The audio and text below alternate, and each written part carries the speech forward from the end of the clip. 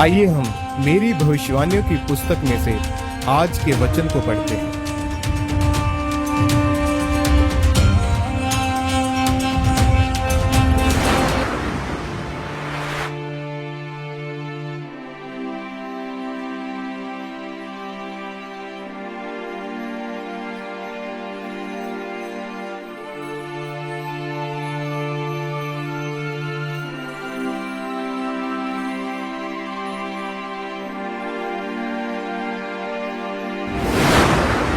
आग छुटकारे को लेकर आती है, जैसा कि पहला राजाओं 18 की 21 में लिखा है। और एलिया सब लोगों के पास आकर कहने लगा, तुम कब तक दो विचारों में लटके रहोगे? यदि यहोवा परमेश्वर हो तो उसके पीछे हो लो, और यदि बाल हो तो उसके पीछे हो लो।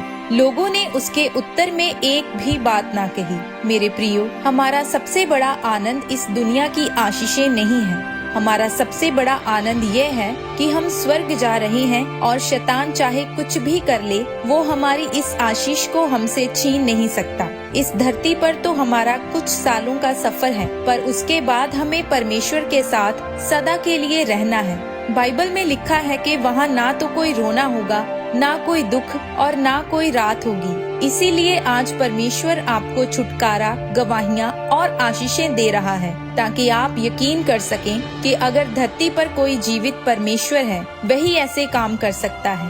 वही परमेश्वर यह कह रहा है कि मैं तुम्हें अनंत जीवन दूंगा, तुम्हें स्वर्गीय जीवन दूंगा। लोग कहते हैं कि ऊपर जाकर किसने देखा है? यह सच है कि हमें किसी ने ऊपर जाने के बाद नीचे आकर नहीं बताया, पर पवित्र आत्मा बताता है कि तुम्हारे बीच में जो काम होंगे, जो चिन्ह और चमत्कार होंगे, वो साबित करते हैं कि अगर धरती पर परमेश्वर यह काम कर रहा है तो वह जीवित है और हमारे लिए मौजूद है। आज जितने भी चिन्ह, चमत्कार और छुटकारे को आप देख रहे हैं, वे आपके उद्धार के लिए हैं और आपको मुक्ति में बनाए रखने के लिए हैं। बाइबल में लिखा है कि एलिया लोगों के पास आकर कहने लगा कि तुम कब तक दो विचारों में लटके रहोगे? यदि यहोवा परमेश्वर है तो उसके पीछे हो लो, और यदि बाल है तो उसके पीछे हो लो। तब एलिया ने कहा, हमें दो बछड़े दिए जाएं। एक बछड़ा यह बाल के नबी रखें और वेदी पर सजाएं, और एक बछड़े को मैं वेदी पर रखूंगा। जिसके बछड़े पर स्वर्ग से आग उतरकर उसको भस्म करेगी, वही परमेश्वर होगा।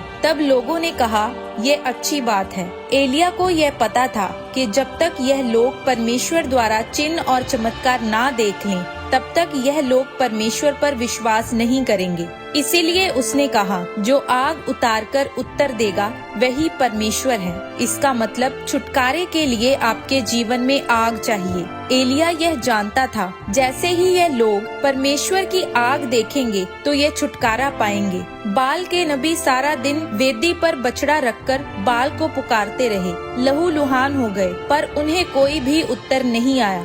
जब एलिया की बारी आई तो उसने सबसे पहले अपनी प्रार्थना की वेदी की मरम्मत करके उसको खड़ा किया। उसमें 12 पत्थर रखे, उसको बपतिस्मा दिया, यानी उसने अपनी प्रार्थना की जिंदगी को सही किया, क्योंकि वह जानता था कि अगर वेदी टूटी हुई होगी तो आग नहीं उतरेगी, और जब तक आग नहीं उतरेगी तब तक छुटकारा नहीं आएगा। जब एलिया ने अपनी प्रार्थना की वेदी की मरम्मत की तो परमेश्वर ने आग उतारकर उसकी भेंट को स्वीकार किया, और जितने लोगों ने यह चिन्ह और चमत्कार देखा, उन सब ने परमेश्वर पर विश्वास किया और उनके जीवन में छुटकारा आया।